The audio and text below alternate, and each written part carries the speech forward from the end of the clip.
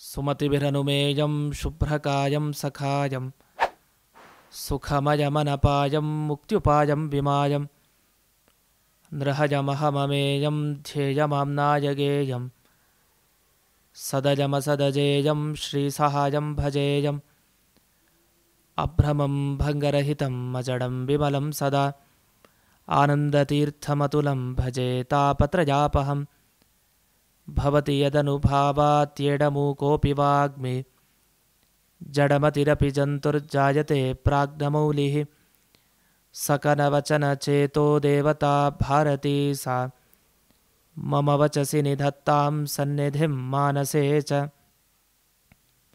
ಮಿಥ್ಯಾಸಿದ್ಧಾಂತದುರ್ಧ್ವಾन्तವಿಧ್ವಂಸನ ವಿಚಕ್ಷಣಃ ಜಯತೀರ್ಥಾಖ್ಯತರಣಿರ್ಭಾಸತಾಂ no ಹೃದಂಬರೆ ಅರ್ಥಿಕಲ್ಪಿತಕಲ್ಪೋऽಯಂ ಪ್ರತ್ಯರ್ಥಿಗಜಕೇಸರಿ ವ್ಯಾಸತೀರ್ಥಗುರುರ್ಭೂಯಾದಸ್ಮದಿಷ್ಟಾರ್ಥಸಿದ್ಧಯೇ ಪೂಜ್ಯಾಯ ರಾಘವೇಂದ್ರಾಯ ಸತ್ಯಧರ್ಮರತಾಯ ಚ ಭಜತಾಂ ಕಲ್ಪವೃಕ್ಷಾಯ ನಮತಾಂ ಕಾಮಧೇನವೇ ತಪಸ್ವಾಧ್ಯಾಯ ಶುಶ್ರೂಷಾ ಕೃಷ್ಣಪೂಜಾರತಂ ಮುನಿಂ ವಿಶ್ವೇಶಮಿಷ್ಟದಂ ವಂದೇ ಪರಿವ್ರಾಟ್ ಚಕ್ರವರ್ತಿನಂ ಶ್ರೀಗುರುಭ್ಯೋ ನಮಃ ಹರಿಃ ಓಂ.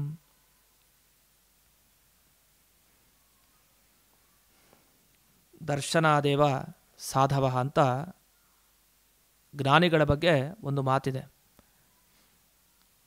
ಗಂಗಾದಿ ತೀರ್ಥಗಳಲ್ಲಿ ಮುಳುಗಿದರೆ ನಮ್ಮನ್ನು ಯಾವಾಗ ಅದು ಪವಿತ್ರವಾಗಿ ಮಾಡುತ್ತೆ? ಆಗಲೇ ಮಾಡಲ್ಲ ಪವಿತ್ರವನ್ನಾಗಿ. ನಮ್ಮ ದೇಹ ಏನೋ ಶುದ್ಧ ಆಯಿತು, ಆದರೆ ನಮ್ಮ ಮನಸ್ಸು ಶುದ್ಧ ಆಗಬೇಕು ಅಂದರೆ ಸುಮಾರು ಕಾಲ ಬೇಕಂತೆ. ಗಂಗಾದಿ ನದಿಗಳಲ್ಲಿ ಮುಳುಗಿದ್ರೆ, ಅಂಥ ಗಂಗಾದಿ ನದಿಗಳಲ್ಲಿ ಮುಳುಗಿದಾಗ ನಮ್ಮ ಮಾನಸಿಕ ಶುದ್ಧಿ ಅದಾಗೋದು ಯಾವಾಗಲೂ. ಆದರೆ ಜ್ಞಾನಿಗಳು ಹಾಗಲ್ಲ. ಅವರು ನಮ್ಮ ಮನೆಗೆ ಬಂದರೆ, ಅವರನ್ನು ನೋಡಿದರೆ ಸಾಕಂತೆ. ಇನ್ನು ಮನೆಗೆ ಬಂದ್ರಂತೂ ಇನ್ನೂ ವಿಶೇಷ ಅಂತಾಯಿತು. ದರ್ಶನಾದೇವ ಸಾಧವ ಅಂತ ಹೇಳಿ ನೋಡಿದ ಕೂಡಲೇ ನಾವು ಪವಿತ್ರರಾಗ್ತೇವೆ ಅಂತ. ಇದು ನೋಡೋದಷ್ಟೇ ಅಲ್ಲ, ದರ್ಶನ ಅಂದರೆ ಜ್ಞಾನ, ನೆನಪಿಸ್ಕೊಳ್ಳೋದು ಅಂತ ಅರ್ಥ. ನೆನಪಿಸಿಕೊಂಡ್ರೂ ಸಾಕು ಆ ಜ್ಞಾನಿಗಳನ್ನು ನಾವು ಪವಿತ್ರರಾಗ್ತೇವೆ ಅಂತ ನಾವು ಕೇಳ್ತೇವೆ. ಅಂತಹದರಲ್ಲಿ ಇಂದಿನ ದಿವಸ ನಾವು ನಮ್ಮ ವ್ಯಾಸರಾಜ ಮಠದ ಪರಂಪರೆಯಲ್ಲಿ ಇತ್ತೀಚಿನವರಾದ ಬಹಳ ಮೇರು ವ್ಯಕ್ತಿತ್ವದ ವ್ಯಕ್ತಿಗಳ ಬಗ್ಗೆ ತಿಳಿಲಿಕ್ಕಿದ್ದೇವೆ. ಶ್ರೀ ವಿದ್ಯಾಪ್ರಸನ್ನ ತೀರ್ಥ ಶ್ರೀಪಾದರು. ವಿದ್ಯಾಪ್ರಸನ್ನ ತೀರ್ಥರು ಒಂದು ಕೂಡಲೇ ನಮಗೆ ಏನೇನೋ ನೆನಪಾಗುತ್ತೆ. ಏನೇನೋ ಅಂದರೆ ಅಷ್ಟು ಕೀರ್ತನೆಗಳು ನಮಗೆ ನೆನಪಾಗುತ್ತೆ ಅವರು ಬರೆದದ್ದು. ಇತ್ತೀಚಿನ ಒಬ್ಬ ಕೀರ್ತನಕಾರರಾಗಿ ಅಷ್ಟು ಕೀರ್ತನೆಗಳನ್ನು ಬರೆದಿದ್ದಾರೆ ಒಬ್ಬ ಸನ್ಯಾಸಿಗಳಾಗಿ ಅಂದರೆ ಅದು ಅವ್ರಿಗೆ ಸಮಯ ಎಲ್ಲಿ ಸಿಕ್ತೋ ಹೇಗೋ ಅದು ಪ್ರತ್ಯುತ್ಪನ್ನ ಮತಿಗಳು ಅಂತ ಹೇಳ್ತೀವಿ. ತಕ್ಷಣ ಅವರಿಗೆ ಆ ಕ್ಷಣದಲ್ಲಿ ಅದು ಸ್ಫುರಣೆ ಆಗ್ತಾ ಹೋಗುತ್ತೆ, ಬರಿತಾ ಹೋಗ್ತಾರೆ ಅಷ್ಟೇ. ಅವ್ರಿಗೆ ಯೋಚನೆ ಮಾಡಬೇಕು ಅಂತಿಲ್ಲ. ಆ ಥರ ಅದು ತಾನಾಗೆ ಪೂಜೆಯಲ್ಲಿ ಕೂತಾಗ ಹಾಗೇ ನೆನಪಾಗುತ್ತೆ ಸಾಲುಗಳು. ಇನ್ನೇನೋ ಪಾಠ ಪ್ರವಚನ ಮಾಡಿದಾಗ ಹಾಗೇ ನೆನಪಾಗುತ್ತೆ. ಈ ತರಹದ ವ್ಯಕ್ತಿತ್ವ ಇದ್ದರೆ ಮಾತ್ರ ಅಷ್ಟು ಹತ್ತಾರು ಕೀರ್ತನೆಗಳು, ಸುಮಾರು 300ಕ್ಕೂ ಹೆಚ್ಚು ಕೃತಿಗಳನ್ನು ಅವರು ಬರೆದಿದ್ದಾರೆ ಅಂತ ನಾವು ಕೇಳ್ತೀವಿ. 300 ಕೀರ್ತನೆಗಳನ್ನು ಬರೆದಿದ್ದಾರೆ ಅಂದರೆ ಅದು ಸನ್ಯಾಸಿಗಳಾದ ಮೇಲೆ ವಿಶೇಷವಾಗಿ ಅವರು ಬರೀಲಿಕ್ಕೆ ಅಂತ ಪ್ರಾರಂಭವನ್ನು ಮಾಡಿದ್ದು. ಅಂದಮೇಲೆ ಅವರ ಆ ಕವಿ ಪುಂಗವತೆ ಅಂದರೆ ಅವರ ಚರಮ ಶ್ಲೋಕದಲ್ಲಿ ನಾವು ಕೇಳ್ತೀವಿ, ಶ್ರೀಮತ್ ಕೃಷ್ಣ ಪದಾಂಭೋಜ ಮಾನಸಂ ಕವಿ ಪುಂಗವಂ ಶ್ರೀಮದ್ವಿದ್ಯಾ ಪ್ರಸನ್ನಾಬ್ಧಿಂ ಗುರುಂ ವಂದೇ ನಿರಂತರಂ ಅಂತ. ಈ ಗುರುಗಳಿಗೆ ನಿರಂತರ ನಮಸ್ಕಾರ ಮಾಡ್ತೇನೆ ಅಂತ ನಿಜವಾಗಿಯೂ ನಮಸ್ಕಾರ ಮಾಡಬೇಕು ಅವ್ರಿಗೆ. ಯಾಕೆ? ಎಷ್ಟು ಕೀರ್ತನೆಗಳನ್ನು ಬರೆದಿದ್ದಾರೆ. ಆ ಕೀರ್ತನೆ ನೋಡಿದರೆ ಪಂಡಿತರಿಗೂ ಅಷ್ಟೇ ಸಂತೋಷ ಆಗುತ್ತೆ, ಪಾಮರರಿಗೂ ಅದಕ್ಕಿಂತ ಜಾಸ್ತಿನೇ ಸಂತೋಷ ಆಗುತ್ತೆ. ಅಷ್ಟು ಸುಲಭವಾಗಿ ಶಾಸ್ತ್ರದ ವಿಷಯಗಳನ್ನು ನಮಗೆ ಮನಮುಟ್ಟುವಂತೆ ತಿಳಿಸಿದ್ದಾರೆ. ನಮ್ಮ ಸಿದ್ಧಾಂತದ ದೀಕ್ಷೆಯನ್ನು ಹುಟ್ಟಿಸುತ್ತೆ ಅವರ ಕೀರ್ತನೆಗಳು. ಆ ನಿಟ್ಟಿನಲ್ಲಿ ವಿದ್ಯಾಪ್ರಸನ್ನ ತೀರ್ಥರ ಕೀರ್ತನೆಗಳು ಅಂತಲೇ ನಾವು ಇದುವರೆಗೂ ಪ್ರಸನ್ನ ಅನ್ನುವ ಅಂಕಿತದಿಂದ ಹತ್ತಾರು ಕೀರ್ತನೆಗಳನ್ನು ನಾವು ವ್ಯಾಸರಾಜ ಮಠದ ಈ ದೇವತಾ ಪೂಜಾ ಕಾಲದಲ್ಲಾಗಬಹುದು, ಬೇರೆ ಸಂದರ್ಭದಲ್ಲಾದರೂ ನಾವು ಅವರ ಕೀರ್ತನೆಗಳನ್ನು ಕೇಳ್ತಾನೆ ಇರ್ತೀವಿ. ಅಂಥ ವಿದ್ಯಾಪ್ರಸನ್ನ ತೀರ್ಥರ ಚರಿತ್ರೆಯ ಬಗ್ಗೆ ಒಂದು ಮೆಲುಕು ಹಾಕೋದಿದ್ರೆ, ಅವರ ಪೂರ್ವ ಹಿನ್ನೆಲೆ, ಅವರು ಹೇಗೆ ಬಂದರು ಸಂಸ್ಥಾನಾಧೀಶ್ವರರಾಗಿ, ಅವರ ಪೂಜ್ಯ ಪಿತೃಪಾದರು ಯಾರು ಅಂದೆಲ್ಲ ಗಮನಿಸಿದಾಗ ನಿಜವಾಗಿ ಅವರಲ್ಲಿರೋ ಪಾಂಡಿತ್ಯ ಅದು ಸಹಜ ಅಂತ ನಮಗೆ ಅನಿಸುತ್ತೆ. ಆ ರೀತಿಯ ಪಾಂಡಿತ್ಯ ಅದು ವಿದ್ಯಾಪ್ರಸನ್ನ ತೀರ್ಥರದ್ದು. ಈ ಮಹನೀಯರ ಪೂರ್ವಾಶ್ರಮದ ಹೆಸರು ನಾವು ತಿಳ್ಕೊಳ್ಳೋದಿದ್ರೆ ತೆಕ್ಕಲೂರು ವೆಂಕಟ ನರಸಿಂಹಾಚಾರ್ಯರು ಅಂತ. ತೆಕ್ಕಲೂರು ವೆಂಕಟ ನರಸಿಂಹಾಚಾರ್ಯ ಅಂತ ಇವರ ಪೂರ್ವಾಶ್ರಮದ ಹೆಸರು. ತೆಕ್ಕಲೂರು ಅಹೋಬಲಾಚಾರ್ಯರು ಅಂತ ಇವರ ತಂದೆ. ಈ ಅಹೋಬಲಾಚಾರ್ಯರು ಇನ್ಯಾರೂ ಬೇರೆ ಅಲ್ಲ, ನಮ್ಮ ಈ ವ್ಯಾಸರಾಜ ಮಠದ ಸಂಸ್ಥಾನದಲ್ಲಿ ಬಂದ ದೊಡ್ಡ ಯೋಗೀಶ್ವರರು, ವಿದ್ಯಾರತ್ನಾಕರ ತೀರ್ಥ ಶ್ರೀಪಾದರು. ವಿದ್ಯಾರತ್ನಾಕರ ಯೋಗೀಶ್ವರರು ಅಂತ ನಾವು ಅವರಿಗೆ ಆ ಮಾತಿನಿಂದಲೇ ನಾವು ಕರೆಯೋದಿದೆ. ಶ್ರೀ ವಿದ್ಯಾರತ್ನಾಕರ ತೀರ್ಥರು ಇವರು ಈ ವಿದ್ಯಾಪ್ರಸನ್ನ ತೀರ್ಥರ ಪೂರ್ವಾಶ್ರಮದ ಪಿತೃಪಾದರು. ವಿದ್ಯಾರತ್ನಾಕರ ತೀರ್ಥರು ತಾವು ವಿದ್ಯಾವಾರಿಧಿ ತೀರ್ಥರಿಗೆ ಅವರ ಆಶ್ರಮವನ್ನು ನೀಡ್ತಾರೆ.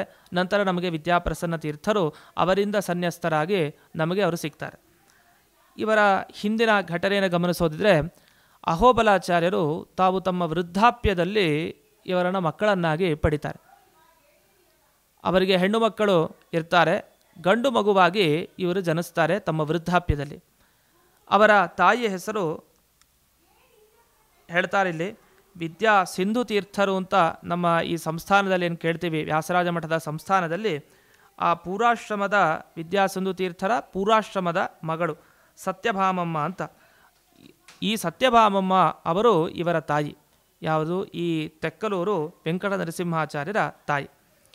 ಸರಿ, ಈ ವಿಶೇಷವಾದ ಭಗವಂತನ ದಯೆಯಿಂದ ವೃದ್ಧಾಪ್ಯದಲ್ಲಿ ಅಹೋಬಲಾಚಾರ್ಯರು ಈ ವೆಂಕಟ ನರಸಿಂಹನನ್ನು ಮುಂದೆ ಆಗುವ ಈ ಹೆಸರಿನ ಮಗುವನ್ನು ಪಡಿತಾರೆ.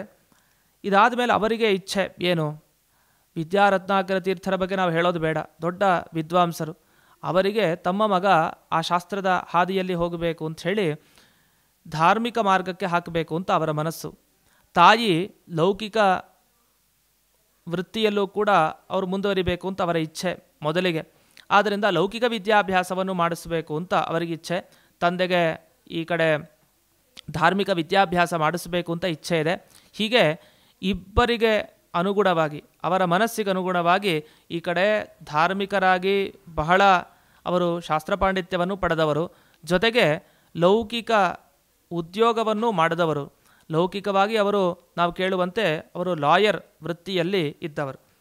ಆ ಲಾಯರ್ ವೃತ್ತಿಯಲ್ಲಿ 10 ವರ್ಷಗಳ ಕಾಲ ನಿರಂತರ ಸೇವೆಯನ್ನು ಮಾಡಿ ಅಲ್ಲೂ ಕೂಡ ಒಳ್ಳೆಯ ಸಾಧನೆಯನ್ನು ಮಾಡಿದವರು. ಇಷ್ಟಾಗಿ ವಿದ್ಯಾವಾರಿಧಿ ತೀರ್ಥರು ತಾವು ಮನಸ್ಸನ್ನು ಮಾಡ್ತಾರೆ, ನಮ್ಮ ಗುರುಗಳ ಪುತ್ತರಿಗೆ ಅಂದರೆ ಈ ತೆಕ್ಕಲೂರು ವೆಂಕಟ ನರಸಿಂಹಾಚಾರ್ಯರಿಗೆ ಆಶ್ರಮವನ್ನು ಕೊಡಬೇಕು ಅಂತ ಸಂಕಲ್ಪ ಮಾಡಿದ್ದಾರೆ. ಶಾಸ್ತ್ರಾಧ್ಯಯನ ಆಗಬೇಕಾಗಿದೆ. ಆಗ ಸನ್ಯಾಸಾಶ್ರಮ ಕೊಡಬೇಕು ಅಂತ ಸಂಕಲ್ಪ ಆಗಿದೆ. ಅಷ್ಟರಲ್ಲಿ ಆಹ್ವಾನವನ್ನು ಮಾಡ್ತಾರೆ, ಮಾಡಿ ನೀವು ಸನ್ಯಾಸಾಶ್ರಮವನ್ನು ಸ್ವೀಕರಿಸಬೇಕು ಅಂತ ಹೇಳಿದ್ದಾರೆ. ಆಗ ಇವರಿಗೆ ಲೌಕಿಕ ವೃತ್ತಿಯಲ್ಲಿ ಇದ್ದರೂ ಧಾರ್ಮಿಕ ಭಾವನೆಗಳು, ಧಾರ್ಮಿಕವಾದಂತಹ ಸ್ಥಿತಿಗಳು ಎಲ್ಲವೂ ಕೂಡ ಇವರಿಗಿತ್ತು. ಯಾಕೆ? ತಮ್ಮ ತಂದೆಯಿಂದ ಬಂದಂತಹ ಅದು ಒಂದು ದೊಡ್ಡ ಭಾಗ್ಯ. ಈ ನಿಟ್ಟಿನಲ್ಲಿ ಅವರು ಆಯಿತು ಅಂಥೇಳಿ ಒಪ್ಪಿಕೊಳ್ತಾರೆ. ನಂತರ ಆ ಕಾಲದ ನೆರೂರು ಕೃಷ್ಣಾಚಾರ್ಯರು ಅಂತ ಅವರನ್ನು ಇವರಿಗೆ ಪಾಠಕರನ್ನಾಗಿ ನೇಮಿಸ್ತಾರೆ ವಿದ್ಯಾವಾರಿಧಿ ತೀರ್ಥ ಶ್ರೀಪಾದರು. ಸರಿ ಅಂಥೇಳಿ ಇವರು ನೆರೂರು ಕೃಷ್ಣಾಚಾರ್ಯರ ಬಳಿ ಶಾಸ್ತ್ರಾಭ್ಯಾಸವನ್ನು ಮಾಡ್ತಾರೆ. ಹೀಗೆ ಶಾಸ್ತ್ರಾಭ್ಯಾಸ ಮುಂದುವರಿತಾ ಇದು ನೋಡಿ, ಸನ್ಯಾಸಾಶ್ರಮ ಸ್ವೀಕಾರ ಮಾಡೋ ಮುಂಚೆ ಲೌಕಿಕ ಅಧ್ಯಯನ ಆಗಿದೆ, ಈಗ ಶಾಸ್ತ್ರೀಯ ಅಧ್ಯಯನ ಪ್ರಾರಂಭ ಆಗಿದೆ. ನೆರೂರು ಕೃಷ್ಣಾಚಾರ್ಯರ ಬಳಿ ನಡೀತಾ ಇದೆ. ಆಮೇಲೆ ಅವರು ಸನ್ಯಾಸವನ್ನು ಸ್ವೀಕಾರ ಮಾಡ್ತಾರೆ. ಸನ್ಯಾಸ ಸ್ವೀಕಾರ ಮಾಡಿದ ಮೇಲೂ ಅವರು ಶಾಸ್ತ್ರಾಧ್ಯಯನವನ್ನು ಮಾಡ್ತಾರೆ. ಹಲವು ವಿದ್ವಾಂಸರ ಬಳಿ ಅಧ್ಯಯನವನ್ನು ಮಾಡಿದ್ದಾರೆ. ವಯ್ಯೂರು ಶ್ರೀನಿವಾಸಾಚಾರ್ಯರು, ವೀರಚೋಳಪುರಂ ಕೃಷ್ಣಾಚಾರ್ಯರು ಅಂತ ಕೇಳ್ತೀವಿ. ಹೀಗೆ ಅನೇಕ ಆಗಿನ ಕಾಲದ ವಿದ್ವಾಂಸರ ಬಳಿ ಮುಂಚೆ ಪೂರ್ವಾಶ್ರಮದಲ್ಲಿ ಅಧ್ಯಯನ ಮಾಡ್ತಾ, ಹಾಗೆ ಸನ್ಯಾಸೋತ್ತರ ಕಾಲದಲ್ಲಿ ಅವರ ಬಳಿ ಅಧ್ಯಯನವನ್ನು ಮಾಡಿದ್ದಿದೆ. ಇಂಥ ವಿದ್ಯಾಪ್ರಸನ್ನ ತೀರ್ಥರಿಗೆ ಪೂರ್ವಾಶ್ರಮದಲ್ಲಿ ಅವರು ಯಾವಾಗ ವೆಂಕಟ ನರಸಿಂಹಾಚಾರ್ಯರಾಗಿದ್ದರು, ಒಮ್ಮೆ ಮೈಸೂರು ಅರಮನೆಯಲ್ಲಿ ಒಬ್ಬ ಜ್ಯೋತಿಷಿಗಳಂತೆ ಅವರ ಭೇಟಿ ಆಯ್ತಂತೆ. ಭೇಟಿಯಾದ ಸಂದರ್ಭದಲ್ಲಿ ಅವರು ಆಚಾರ್ಯರನ್ನು ನೋಡಿ ಭವಿಷ್ಯ ನುಡಿತಾರಂತೆ, ನಿಮಗೆ 36ನೇ ವಯಸ್ಸಿನಲ್ಲಿ ನಿಮಗೆ ದಂಡಾಧಿಕಾರ ಸಿಗತ್ತೆ ಅಂತ. ಇದೇನು ದಂಡಾಧಿಕಾರ ಅನ್ನೋ ಶಬ್ದವನ್ನು ಬಳಸಿದ್ರು ಈ ಜ್ಯೋತಿಷಿಗಳು. ದಂಡಾಧಿಕಾರ ಅಂದ್ರೇನು? ಸನ್ಯಾಸಿಗಳು ದಂಡ ಹಿಡಿತಾರೆ, ಆ ದಂಡ ಹಿಡಿದು ಬೇರೆಯವರಿಗೆ ಶಿಕ್ಷಣವನ್ನು ನೀಡುತ್ತಾರೆ. ಅಂಥ ದಂಡಾಧಿಕಾರವನ್ನು ಪಡೆಯುವಂತಹ ಸನ್ಯಾಸಾಶ್ರಮದ ಭಾಗ್ಯ ಇದೆ ಅಂತ ಹೇಳಿದರು. ನಗ್ತಾರಂತೆ ಆ ಸಂದರ್ಭದಲ್ಲಿ ಆಚಾರ್ಯರು. ಅವ್ರಿಗೂ ಗೊತ್ತಿಲ್ಲ, ದೈವ ಸಂಕಲ್ಪ ಆಗಿದೆ, ಆ ಸಂಕಲ್ಪ ಅದು ನಮಗೇ ಭಾಗ್ಯ. ಯಾಕೆಂದರೆ ಅಂಥ ಕೀರ್ತನೆಗಳು, ಅಂಥ ದಿವ್ಯವಾದ ಸಂದೇಶಗಳು ಮನಮುಟ್ಟುವಂತೆ ನಮಗೆ ಸಿಗ್ತಾ ಇದೆ, ನಾವು ಆಚರಿಸುವಂತೆ ಆಗ್ತಾ ಇದೆ. ಸರಿ, ಅಷ್ಟೊತ್ತಿಗೆ ವಿದ್ಯಾಭಾರತಿ ತೀರ್ಥ ಶ್ರೀಪಾದಂಗಳವರಿಗೆ ದೇಹಸ್ಥಿತಿ ಸ್ವಲ್ಪ ಆಚೆ ಈಚೆ ಆದಾಗ ಅವರು ಕರೀತಾರೆ ಉತ್ತರಾಧಿಕಾರಿಯನ್ನಾಗಿ ಮಾಡಬೇಕು ಅಂತ. ಸರಿ, ವಿದ್ಯಾಪ್ರಸನ್ನ ತೀರ್ಥರನ್ನು ಕರೆದು, ಅಂದರೆ ಈ ಪೂರಾಶ್ರಮದ ಈ ತೆಕ್ಕಲೂರು ವೆಂಕಟನರಸಿಂಹಾಚಾರ್ಯನ ಕರೆದು ವಿದ್ಯಾಪ್ರಸನ್ನ ತೀರ್ಥರು ಅನ್ನುವ ನಾಮವನ್ನು ಇಟ್ಟು ಅವರಿಗೆ ಸನ್ಯಾಸಾಶ್ರಮವನ್ನು ನೀಡ್ತಾರೆ. ಅದು ಕೂಡ ನವರಾತ್ರಿಯ ಸರಸ್ವತಿ ಪೂಜೆಯ ಶುಭ ಸಂದರ್ಭ. ಆ ದಿವಸದಂದು ಅವರು ನಾಮವನ್ನು ಇಡ್ತಾರೆ ವಿದ್ಯಾಪ್ರಸನ್ನ ತೀರ್ಥರು ಅಂತ.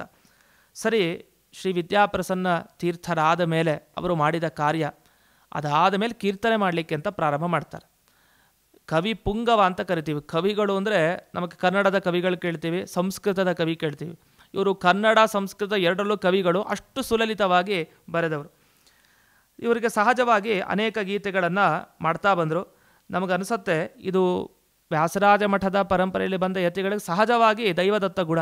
ವ್ಯಾಸರಾಜರು ಪ್ರಾರಂಭ ಮಾಡಿದರು ದೇವರ ನಾಮಗಳನ್ನು ರಚನೆ ಮಾಡಲಿಕ್ಕೆ.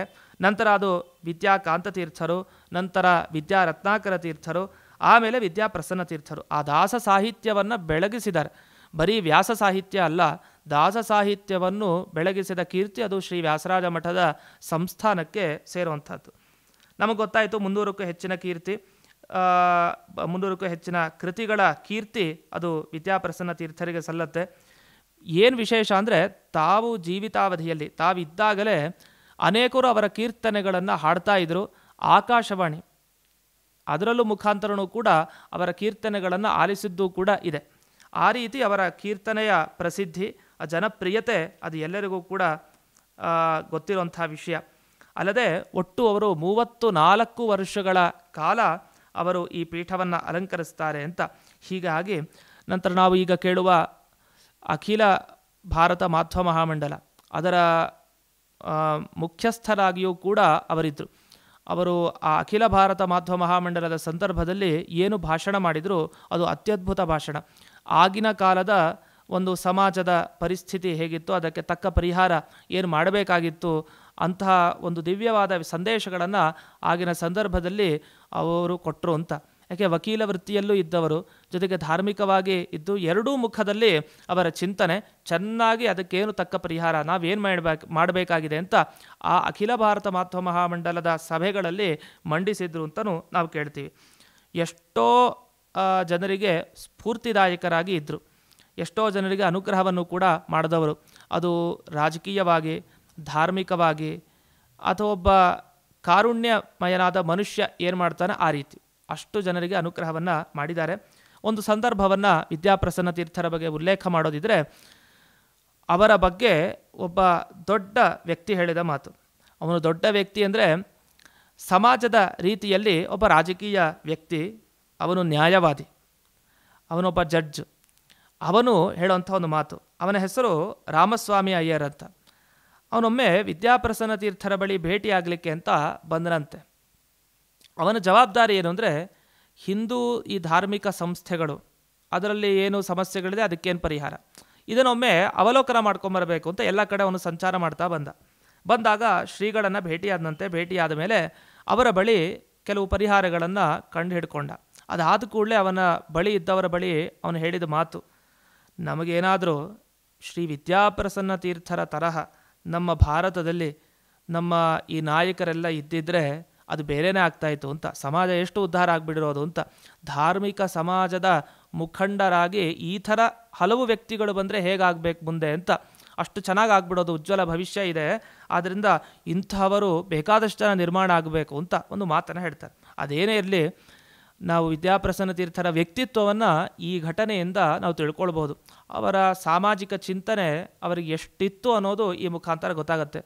ಹಲವು ಗುರುಕುಲಗಳ ಸ್ಥಾಪನೆಗೆ ಇವರು ಪ್ರಮುಖ ಕಾರಣ. ಹಲವು ಗುರುಕುಲಗಳು ನಮಗೆ ಇಂದಿನ ಸಮಾಜದಲ್ಲಿ ಕಾಣ್ತಾ ಇದೆ ಅಂತಂದರೆ ಅದಕ್ಕೆ ಮುಖ್ಯ ಕಾರಣ ಅದು ವಿದ್ಯಾಪ್ರಸನ್ನ ತೀರ್ಥರು ಅಂತ ಅದನ್ನು ಗಮನಿಸಬೇಕು. ಹೀಗೆ ದೀರ್ಘ ಅವಧಿ ಅವರು ಈ ಪೀಠದಲ್ಲಿದ್ದು ತಾವು ತಮ್ಮ ಉತ್ತರಾಧಿಕಾರಿಯನ್ನಾಗಿ ನಮಗೆ ಗೊತ್ತಿರುವಂತೆ ಶ್ರೀ ವಿದ್ಯಾ ಪಯೋನಿಧಿ ತೀರ್ಥ ಶ್ರೀಪಾದಂಗಳವರಿಗೆ ಅವರು ಅನುಗ್ರಹಿಸಿದರು. ಹೀಗೆ ಕೊನೆಗೆ ಅವರು ಮಾರ್ಗಶೀರ್ಷ ಶುಕ್ಲ ಪೂರ್ಣಿಮಾ ಅಂದಿರ ದಿವಸ ಅವರು ವಿದ್ಯಾಪ್ರಸನ್ನ ತೀರ್ಥರು ತಾವು ವೃಂದಾವನಸ್ಥರಾದರು ಅಂತ ಇಷ್ಟು ಕೇಳ್ತೀವಿ. ಇಂಥ ವಿದ್ಯಾಪ್ರಸನ್ನ ತೀರ್ಥರ ಕೃತಿಗಳ ಬಗ್ಗೆ ಒಂದೆರಡು ಮಾತುಗಳನ್ನು ಹೇಳೋದಿದ್ರೆ, ಅವರು ಮಾಡಿದ ಕೃತಿಗಳು ನಮಗೆ ನೆನಪಾಗೋದು, ಕೆಲವು ಕೃತಿಗಳಂತೂ ತುಂಬ ಪ್ರಸಿದ್ಧವಾದ ಕೀರ್ತಿ. ಅದು ಹೇಗೆ? ಪ್ರಾರ್ಥಿಸುವೆ ರಘುನಾಥ ತೀರ್ಥರ ಶೇಷಚಂದ್ರಿಕಾಚಾರ್ಯರ ಮೇಲಿನ ಕೀರ್ತನೆ. ಇನ್ನು ಸ್ಮರಿಸೈ ಸತತವು ಅಂತ ವ್ಯಾಸರಾಜರ ಮೇಲೆ ಮಾಡಿದ ಕೀರ್ತನೆ. ಬರುತಲಿಹರು ನೋಡಿ ಮಧ್ವಾಚಾರ್ಯರ ಬಗ್ಗೆ ಒಂದು ವರ್ಣನೆ ಮಾಡಿದ್ದಾರೆ, ಬಹಳ ಚೆನ್ನಾಗಿದೆ. ಜನುಮ ಜನುಮದಲ್ಲಿ ಎನಗಿರಲಿ ಹನುಮ ಭೀಮ ಮಧ್ವರ ಸೇವೆಯು ಅಂತ. ಈ ಮಾತುಗಳು ನಮಗೆ ಅದು ಆ ದೇವರ ನಾಮ ಕೇಳ್ತಾ ಕೇಳ್ತಾ ಮುಳುಗ್ಬಿಡ್ತೀವಿ ನಾವು. ಆ ಥರ ಮುಳುಗಿಸುವಂತಹ ಕೀರ್ತನೆಗಳು ಅದು ವಿದ್ಯಾಪ್ರಸನ್ನ ತೀರ್ಥರ ಕೀರ್ತನೆಗಳು. ಒಂದೇ ಮಾತರಂ ಅಂತ ಒಂದು ಕೀರ್ತನೆ ಬರೆದಿದ್ದಾರೆ ಲಕ್ಷ್ಮೀದೇವಿಯ ಬಗ್ಗೆ. ಒಂದೇ ಮಾತರಂ ಅಂದರೆ ನಮಗೀಗ ನೆನಪಾಗೋದು ಬೇರೆ, ಆದರೆ ಲಕ್ಷ್ಮೀದೇವಿಯ ಬಗ್ಗೆ ಒಂದೇ ಮಾತರಂ ಅಂತಾರೆ. ಸಮಗ್ರ ಭೂಮಿ, ಭಾರತ ಭೂಮಿ ಅದು ನಮಗೆ ಲಕ್ಷ್ಮೀದೇವಿ ಭೂಮಿ. ಅದು ಲಕ್ಷ್ಮೀದೇವಿಯ ಚಿಂತನೆಯನ್ನು ಒಳಗೊಳ್ಬೇಕು ನಾವು. ಅಂಥ ಲಕ್ಷ್ಮೀದೇವಿಯ ಕೀರ್ತನೆಯನ್ನು ಒಳಗುವಂತೆ ನಮಗೆ ಒಂದೇ ಮಾತರಂ ಅಂತ ಅಂದಿದ್ದಾರೆ. ಆ ಕೀರ್ತನೆಯನ್ನು ನಾವು ಅಭ್ಯಾಸ ಮಾಡಬೇಕು, ಅಂಥ ಉತ್ತಮವಾದ ಕೀರ್ತನೆ. ಇನ್ನು ಎಂಥ ಪುಣ್ಯ ಎಂಥ ಭಾಗ್ಯ ಅಂಥೇಳಿ ಆ ಭಗವಂತನ ದರ್ಶನ ಅದು ನಾವು ಪಡೀಬೇಕು ಅಂತ ವರ್ಣನೆ ಮಾಡಿದ್ದಿದೆ. ಇದಾಗಿ ನಮಗೆ ಈ ದೇವರ ನಾಮ ಕೇಳಿದ ಕೂಡಲೇ ಗೊತ್ತಾಗುತ್ತೆ ಯಾವುದು? ಹನುಮಾನ್ ಕಿ ಜೈ, ಹನುಮಾನ್ ಕಿ ಜೈ ಅಂತ. ಥೈ ಥೈ ಥೈ ಥೈ ಥಕ ಥೈ ಥಕ ತಕಿಟ ತಕಿಟ ತಕ ಜೈ ಹನುಮಾನ್. ಇದೆಲ್ಲ ಶಬ್ದಗಳು ನಿಮಗೆ ಕೇಳಿದ್ರೆ ಒಂದು ರೋಮಾಂಚನ ಆಗುತ್ತೆ, ಎದ್ದು ಕುಡಿಬೇಕು. ಆ ರೀತಿ ಅವ್ರು ಹೇಳೋವಂಥ ಮಾತು, ಹರಿಸರ್ವೋತ್ತಮನೆಂಬುವ ತತ್ವಕ್ಕೆ ಜಯಭೇರೆಯ ಹೊಡೆದೆಯೋ ಹನುಮಾನ್ ಢಣ ಢಣ ಢಣ ಢಣ ಢಣ ಢಣ ಅಂತ ಮುಂದಕ್ಕೆ ಹೇಳ್ತಾರೆ. ಎಂಥ ಮುಂದೆ ಹಾಗೆ ಭೀಮನ ಬಗ್ಗೆ ಮಧ್ವರ ಬಗ್ಗೆ ಎಲ್ಲ ಮಾತುಗಳನ್ನು ಹೇಳ್ತಾರೆ. ಬಹಳ ಅದ್ಭುತವಾದ ಪದ್ಯಗಳನ್ನು ನಾವು ಕನ್ನಡದಲ್ಲಿ ಇದನ್ನು ನೋಡ್ತೀವಿ. ಇಷ್ಟಾಗಿ ನಾವು ಕೊನೆಯದಾಗಿ ನೋಡೋದಿದ್ರೆ ವಿದ್ಯಾಪ್ರಸನ್ನ ತೀರ್ಥರ ಒಂದು ಶ್ಲೋಕ, ಅವರ ಶ್ಲೋಕ ಅಂದರೆ ಅವರು ರಚನೆ ಮಾಡಿದ ಶ್ಲೋಕ. ನಾವು ನಮ್ಮ ಈ ವ್ಯಾಸರಾಜ ಮಠದ ಸಂಸ್ಥಾನದಲ್ಲಿ ಮೂಲ ಗೋಪಾಲಕೃಷ್ಣದೇವರ ಕುರಿತಾದ ಒಂದು ಪದ್ಯ ಹೇಳ್ತಾ ಇರ್ತೀವಿ. ಗೋಪಾಲಕೃಷ್ಣಂ ಸುಗುಣಾಭಿರಾಮಂ ವ್ಯಾಸಸ್ಯ ಹಸ್ತಾತ್ ಪ್ರತಿಗೃಹ್ಯ ಮಧ್ವಃ ಸಮರ್ಚಯಾಮಾಸ ಮಹಾವಿಭೋಗೈಃ ಬ್ರಹ್ಮ ಯಥಾ ರಂಗಪತಿಂ ಸ್ಮತಾತಂ ಅಂತ. ಯಾರು ಯಾರನ್ನು ಪೂಜೆ ಮಾಡಿದರು ಅಂತೆಲ್ಲ ಈ ಶ್ಲೋಕದಲ್ಲಿ ಬರುತ್ತೆ. ನಿಜವಾಗಿ ಗೋಪಾಲಕೃಷ್ಣನ ಮೇಲೆ ಕುರಿತಾದ ಒಂದು ಅದ್ಭುತ ಶ್ಲೋಕ ನಮಗೆ ಇವರು ಮಾಡಿದ್ದು ಸಿಗತ್ತೆ. ಅದನ್ನು ನಾವು ಪ್ರತಿನಿತ್ಯ ಪಾರಾಯಣ ಮಾಡಬೇಕು. ಗೋಪಾಲಕೃಷ್ಣನ ಕುರಿತಾದ ಒಂದು ಪದ್ಯ, ಸಂಸ್ಕೃತ ಪದ್ಯ. ಅವರಿಗೆ ಕನ್ನಡದಲ್ಲಿ ಯಾವ ರೀತಿಯ ಪಾಂಡಿತ್ಯ ಇತ್ತು ನಮಗೆ ಗೊತ್ತು. ಅದು ಗಂಭೀರವಾಗಿಯೂ ಬರೀತಾರೆ, ಸರಳವಾಗಿಯೂ ಬರೀತಾರೆ, ಅಷ್ಟು ಚೆನ್ನಾಗಿದೆ. ಸಂಸ್ಕೃತದಲ್ಲಿ ಒಂದು ಶ್ಲೋಕ, ಗೋಪಾಲಕೃಷ್ಣನ ಪದ್ಯ. ರುಕ್ಮಿಣಿ ಸತ್ಯಭಾಮ ಸಹಿತನಾದ ಗೋಪಾಲಕೃಷ್ಣನ ಚಿಂತನೆಯನ್ನು ಈ ಶ್ಲೋಕದಲ್ಲಿ ಅವರು ಮಾಡಿ ತೋರಿಸಿದ್ದಾರೆ. ಆ ಗೋಪಾಲಕೃಷ್ಣಂ ಸುಗುಣಾಭಿರಾಮಂ ಅಂತ ನಾವು ಪೂಜಾ ಕಾಲದಲ್ಲಿ ಕೇಳೋದಿದೆ ಆ ಶ್ಲೋಕ. ಅದರಲ್ಲಿ ಯಾರಿಂದ ಯಾರಿಗೆ ಆ ಪ್ರತಿಮೆ ಬಂತು ಅಂತೆಲ್ಲ ಮಾತುಗಳು ಬರುತ್ತೆ. ಅದನ್ನು ಯಾರು ಪೂಜೆ ಮಾಡಿದರು ಅಂತಲೂ ಬರುತ್ತೆ. ಅದರ ಸ್ತೋತ್ರದ ರೀತಿಯಲ್ಲಿ ನೋಡಿದಾಗ ಇದು ಬಹಳ ಚೆನ್ನಾಗಿದೆ. ಭೈಷ್ಮಿ ಸತ್ಯ ಸಮೇತೋ ದವಮಣಿ ಮುಕುಟೋ ವೇಣು ಗೋಪಾಲಕೃಷ್ಣ ಗೋಪಾನ್ ಗೋಪಾಲ ಬಾಲಾಹ ನಿಜವರ ಚರಿತೈ ತೋಷಯನ್ ರಾಜಮಾನಃ ಭಕ್ತ್ಯಾ ತಸ್ಯಾಂಘ್ರಿಯುಗ್ಮಂ ಅನುದಿನಮಚಲೇನಾತ್ಮನ ಸಂಸ್ಮರಂತಂ ವಿದ್ಯಾಯುಕ್ತಂ ಪ್ರಸನ್ನಂ ಯತಿವರತನಯಂ ಪಾತು ಮಾಂ ನಂದಬಾಲಃ ಅಂತ ಪ್ರಾರ್ಥನೆ ಮಾಡಿದ್ದಾರೆ. ಬಹಳ ಚೆನ್ನಾಗಿರುವಂಥ ಪದ್ಯ. ಭೈಷ್ಮಿ ಸತ್ಯ ಸಮೇತ, ರುಕ್ಮಿಣಿ ಸತ್ಯಭಾಮಾದೇವಿಯ ಜೊತೆಗೆ ವೇಣುಗೋಪಾಲ ಕೃಷ್ಣ, ಆ ವೇಣುನಾದ ಮಾಡೋ ಕೃಷ್ಣ ಅವನು ನಿಂತಿದ್ದಾನೆ. ನವಮಣಿ ಮುಕುಟ, ಎಂಥೆಂಥ ಮಣಿಗಳು ರತ್ನಗಳು ಆ ವ್ಯಾಸರಾಜರ ಕಾಲದಿಂದ ವೈಭವದಿಂದ ಆ ಗೋಪಾಲಕೃಷ್ಣ ಹಾಗೆ ಭದ್ರವಾಗಿ ನಿಂತಿದ್ದಾನೆ. ಎಲ್ಲ ಆಚೆ ಈಚೆ ತನ್ನ ಗೋಪಾಲಕರೆಲ್ಲ ಪ್ರಾರ್ಥನೆ ಮಾಡ್ತಾ ಇದ್ದಾರೆ ಅವನ ಬಳಿ. ನಾವು ಗೋಪಾಲಕರಂತೆ ಇರಬೇಕು. ಆಗಿನ ಕಾಲದಲ್ಲಿ ಕೃಷ್ಣನ ಬಳಿ ಗೋಪಾಲಕರು ಹೇಗಿದ್ದು ಸ್ತೋತ್ರ ಮಾಡ್ತಾಯಿದ್ರು ಹಾಗೆ ನಾವಿರಬೇಕು. ಪ್ರತಿದಿನ ಆ ಭಗವಂತನ ಪಾದ ಕಮಲಗಳಿಗೆ ನಮಸ್ಕಾರ ಮಾಡ್ತಕ್ಕಂತಹ ಈ ವಿದ್ಯಾಯುಕ್ತಂ ಪ್ರಸನ್ನಂ ಅಂದರೆ ವಿದ್ಯಾಪ್ರಸನ್ನ ಅನ್ನುವ ತಮ್ಮ ಅಂಕಿತವನ್ನು ನೆನಪಿಸ್ತಾ ನನ್ನನ್ನು ಕಾಪಾಡ್ರಿ ಅಂತ. ಇದು ಅವರು ತಮಗೆ ರಕ್ಷಕರಾಗ್ರಿ ಅಂತ ಅವರು ಪ್ರಾರ್ಥನೆ ಮಾಡೋ ಮೂಲಕ ನಮಗೆ ಒಂದು ಶ್ಲೋಕವನ್ನು ಕೊಟ್ಟಿದ್ದಾರೆ. ಈ ರೀತಿ ಹಲವು ವಿಷಯಗಳನ್ನು ನಾವು ಕೀರ್ತನೆಗಳ ಮುಖಾಂತರ ನಾವು ವಿದ್ಯಾಪ್ರಸನ್ನ ತೀರ್ಥರ ಬಗ್ಗೆ ತಿಳ್ಕೊಳ್ತೀವಿ. ಇಂತಹ ವಿದ್ಯಾಪ್ರಸನ್ನ ತೀರ್ಥರ ಪುಣ್ಯ ಸ್ಮರಣೆಯನ್ನು ಇಂದಿನ ದಿವಸ ಮಾಡ್ತಾ ಅವರ ಅನುಗ್ರಹಕ್ಕೆ ಪಾತ್ರರಾಗೋಣ ಅಂತ ಹೇಳ್ತಾ ಇಂದಿನ ಜ್ಞಾನ ಸೇವೆಯನ್ನು ಅಸ್ಮದ್ ಗುರುವಂತರ್ಗತ ವ್ಯಾಸತೀರ್ಥ ಗುರುವಂತರ್ಗತ ಭಾರತೀರಮಣ ಮುಖ್ಯ ಪ್ರಾಣಾಂತರ್ಗತ ಶ್ರೀಮನ್ಮೂಲ ಗೋಪಾಲಕೃಷ್ಣನಿಗೆ ಅರ್ಪಣೆ ಮಾಡ್ತೇನೆ. ಶ್ರೀಕೃಷ್ಣಾರ್ಪಣಮಸ್ತು.